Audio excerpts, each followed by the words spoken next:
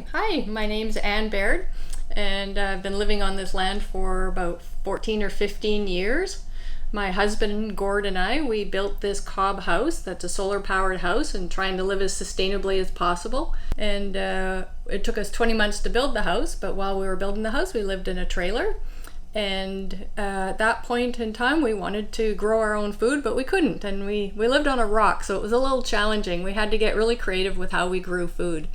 And so we discovered permaculture at that point and are specializing in a lot of perennial plants. And little bit by little bit, we started to put in a garden and a lot of raised beds, and starting with things like carrots and peas and then tomatoes and then peppers, and then it just evolved into a passion of and love of the local food and discovering what can we grow here, especially in land that's non-agricultural land. For about 5 years, we've been growing 100% of our fruits and veggies year round. So fruits, veggies, nuts, and even a lot of the staple crops. So we're going to give you a quick look around as to what some of this looks like here for me. Okay, this is my cheese setup here. A couple of different examples of the cheese I've been making. And I came to making cheese because my neighbor has goats, and she injured herself a few years ago and needed some help. So I went in and started learning how to milk a goat. And with that, I had a lot of milk, so I learned how to make cheese. And so our favorite cheese is the feta cheese, which is we can make it eat it on salads, put it in salad dressing, make dips with it, and just eat it. It's really good on beans as well.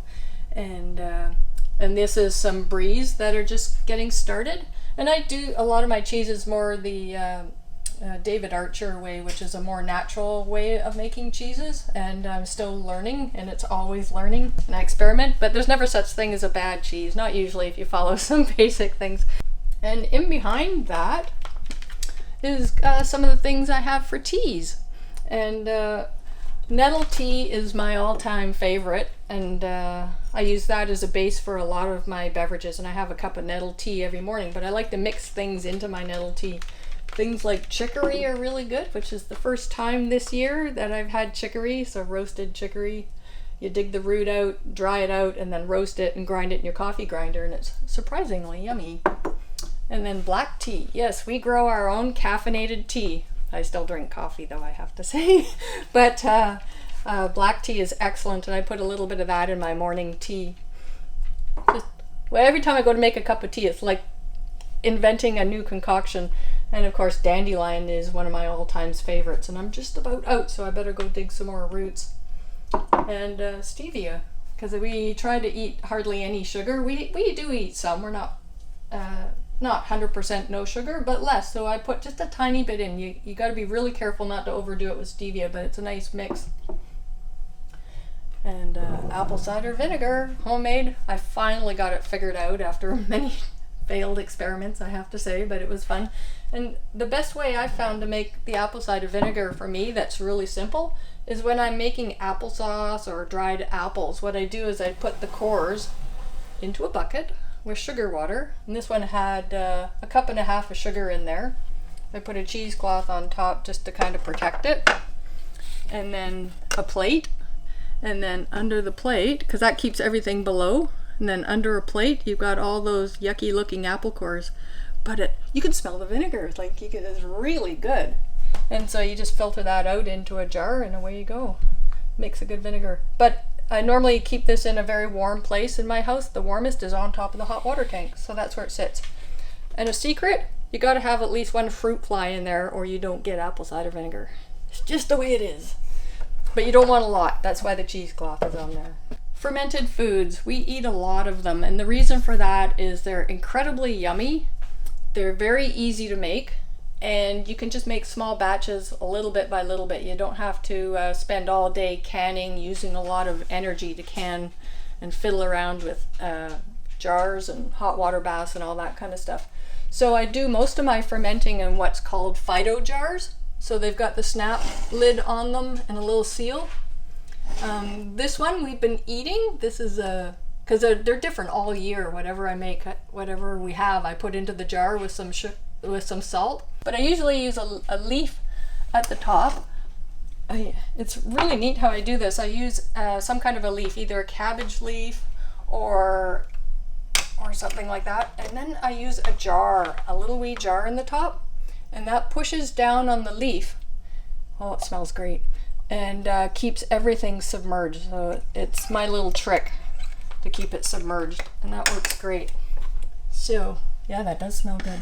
In here is a new one that we've tried this year. It was the first time, and they're radish pods before they're fully ripe, and we put them in there with some hot peppers, which of course we grew, and they are excellent. I was surprised at how good these radish pods are. You got to pick the pods before they get too ripe and woody.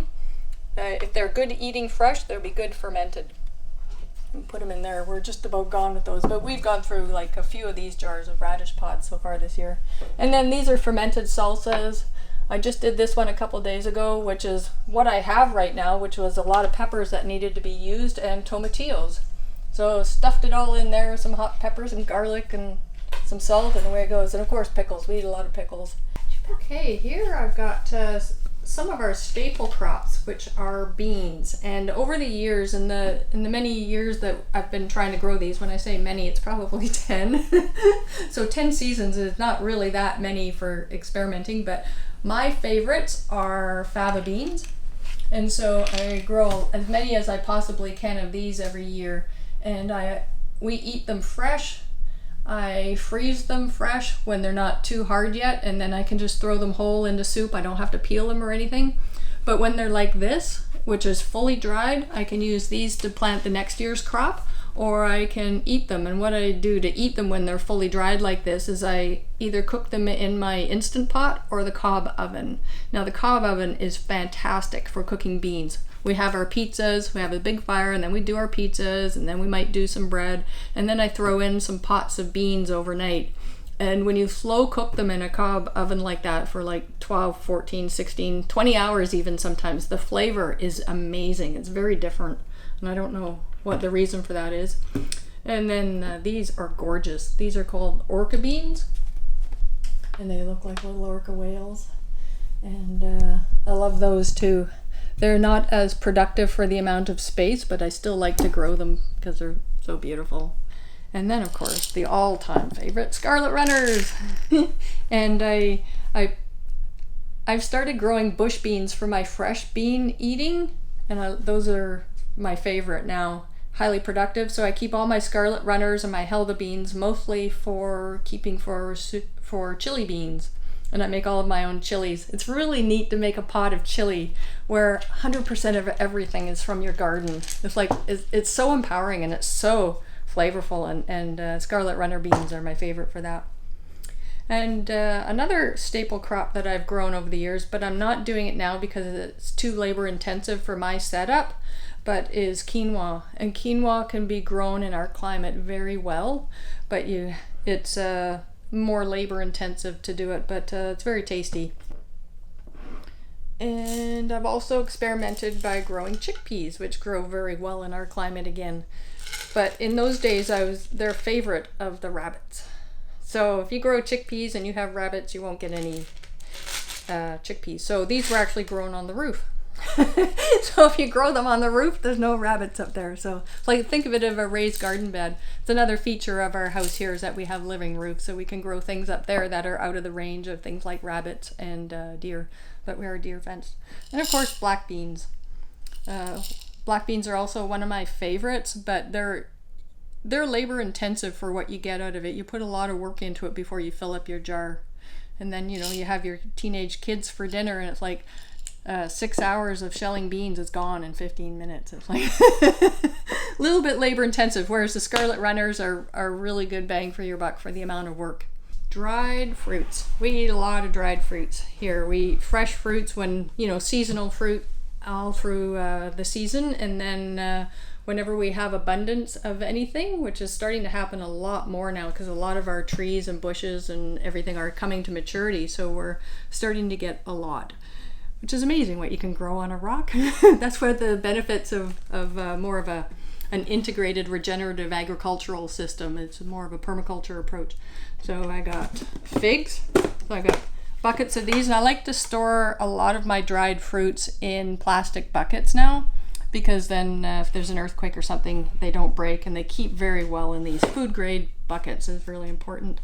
And it also keeps anything out of them, but not hands of husbands. And I also make dried fruit leather. So I usually do that on parchment paper, and I cook up the figs and I make a slurry and I pour it on the parchment paper and put it in the solar dryer. And that works really good with things like figs when you get them earlier in the season and you still have a lot of sun. The solar dryer works great for that. At the end of the season, I'm like with apples now, I tend to use my electric dryer. So I've got some other things here, some plum and gummies. First year I've ever dried gummies. And I thought that was kind of strange because they have a big pit in them that is kind of weird. But when you dry them, it doesn't really matter anymore. The pit is there, but it's still okay. And when you first chew on them, they feel a little bit like cardboard, but then this flavor explosion comes from them. So we're really like the gummies. They're a win for us. And what else I've got here? Stanley plums. These are very similar to a prune plum. And so they dry very well without getting too acidic, because some plums actually get very acidic when you dry them, and it gets hard on your teeth the older you get. That's all And then some actual prune plums. And of course, apples. Lots and lots and lots of apples. And we eat a lot of these in the winter. You could actually make an apple pie out of dried apples by rehydrating them. Who knew all these things we learn? I learned that one reading the Little House on the Prairie books. Over here, we've got a selection of some of the canning that I do. And I don't do a lot of canning because it takes a lot of energy. A lot of, stove energy as well as my energy. And a lot of cleaning. You got to get it just right. But it's perfect for things like pizza sauce. And of course, tomato sauce. I make a lot of tomato sauce.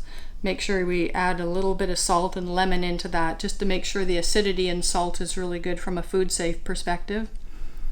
And with some of those acidic plums I was talking about, our favorites are to make a spicy plum sauce like this. And this is our ketchup substitute. And we love that on baked sweet potatoes, crispy sweet potato fries and the spicy plum sauce. So I use a bit of chili powder, garlic, ground up dried leeks, all kinds of things in there. And then a sweet plum sauce, which is really good on hot cereal. And we also put that on, I make salad dressing with it for all of our beautiful fresh salads that we have all year long. Not as many in the winter, but we probably get a great big green salad once a week in the winter even. And I make up a nice dressing with some of my feta cheese and a sweet plum sauce and garlic, whatever, apple cider vinegar. It's nice when you can make your own dressings. We're gonna do this section. I've got my spices for cooking that come from the garden, and then I got a couple of odds and sods that I've also homemade. And we use a lot of dried oregano. So when it's in its prime, I just harvest, and then I put it on my drying racks in the solar dryer, and it dries really, really quick. And then I just, the long pieces like this get stiff, and I just run it through my fingers into a bowl, and then I get this whole bowl of dried oregano that I stuff into jars. So we go through maybe 4 of these jars every winter. And then I'll tell you about that one in a sec. This one is the first time I've done it this year, which is garlic scapes. You get so many of those from the garden, and we use them a lot in stir fries, but you get a lot. So what I do is I chop them up into about 1-inch pieces, and I put them in my solar dryer on the racks, and they dry pretty quick. And the short pieces then I put in my coffee grinder and make this powdered garlic scape. And I love it. It is so quick just to have this beside the stove, and then you just put it in everything. And then this colorful batch, this is Szechuan peppers. A beautiful tree that is looks kind of like a rose bush, and it's equally spiky, so it's deer proof completely.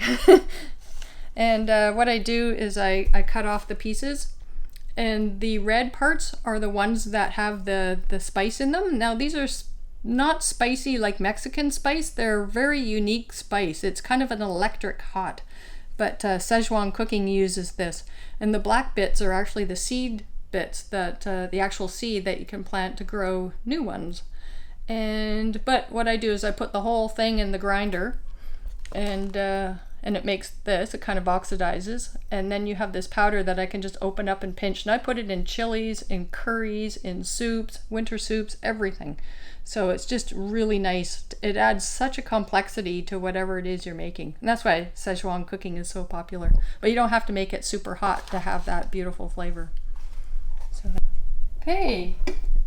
Over here I've got some of the dried veggies. Now most of the year I can actually go outside and get fresh veggies. We're very lucky in our climate for that.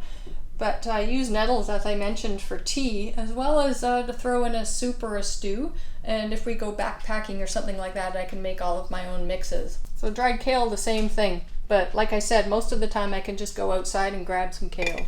And of course, sun-dried tomatoes. We go through a lot of sun-dried tomatoes. And of course, dried mushrooms. We never have enough mushrooms, that's for sure. I'd like to get into doing more mushrooms, and it's not something I've explored too much.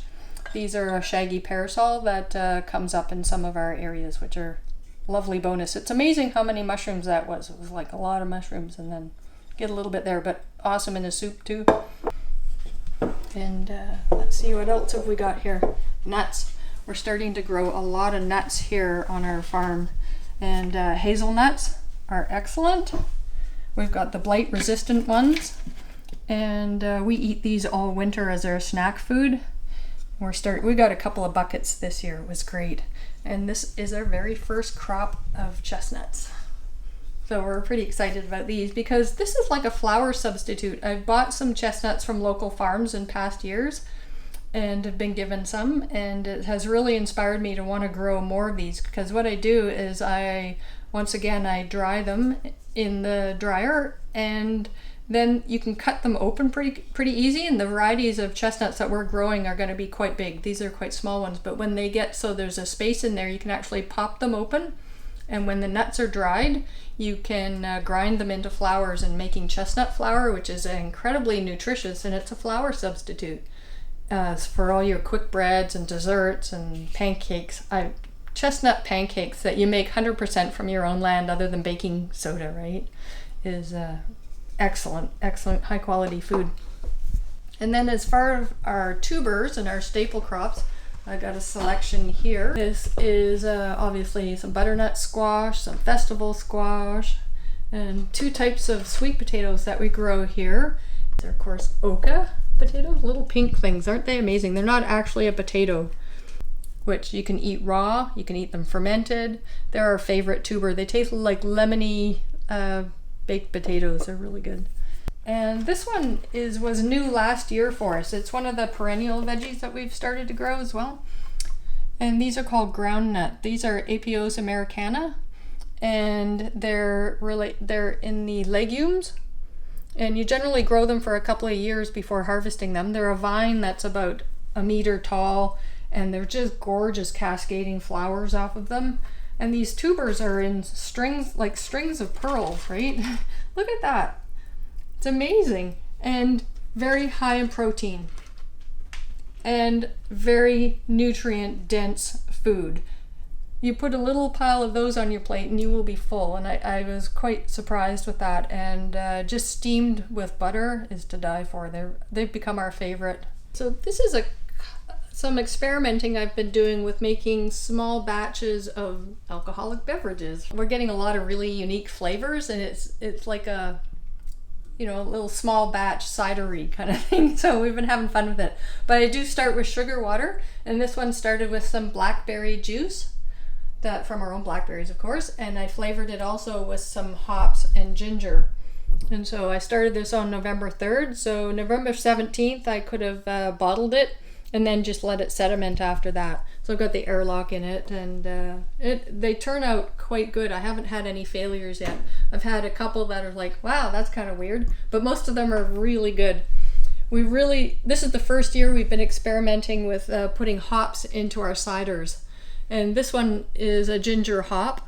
And I use about 2¼ cups of sugar and about 3 teaspoons of ginger, and then some hops are in there that I boil up just for a short period of time so it doesn't get too bitter. And it is so good. You could actually make a desktop one like this in 2 weeks, by putting just the hops in it, hops and sugar, that's it. And in 2 weeks, you'll have a beverage that tastes very similar to an IPA. With this, we would ferment this until all the sugar is used up. If we want to make it carbonated, we ferment it till all the sugar is used up so it's quite dry. And then we would add a little bit more sugar into it and then bottle it. It's best to follow a recipe for that to get the right amount of sugar in that, or you'll blow your bottles up.